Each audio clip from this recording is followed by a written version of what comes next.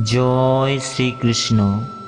কথায় আছে, যদি ভাগ্য সাথে না থাকে, যদি কপাল খারাপ হয়, তাহলে মিষ্টি নদীর জলও নোনা হয়ে যায়। এই কথাটা একদমই ভুল। প্রতিটা বিষয়ে, প্রতিটা সমস্যার জন্য ভাগ্যকে দোষ দেওয়া অনুচিত। জীবনের সমস্ত দুর্ঘটনার কারণ ভাগ্য হতে পারে না।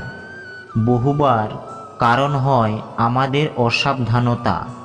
তাই সাবধান থাকা অত্যন্ত জরুরি। আমরা আগামী সংকটের থেকে সাবধান থাকি না, নিজেকে তৈরি রাখি না। আর যখন হঠাৎ করে সংকট আমাদের জীবনে প্রকট হয়, আমরা নিজেদের সামলাতে পারি না। সেই পরিস্থিতির কাছে আমরা হেরে যাই। তাই সাবধান থাকা অত্যন্ত জরুরি।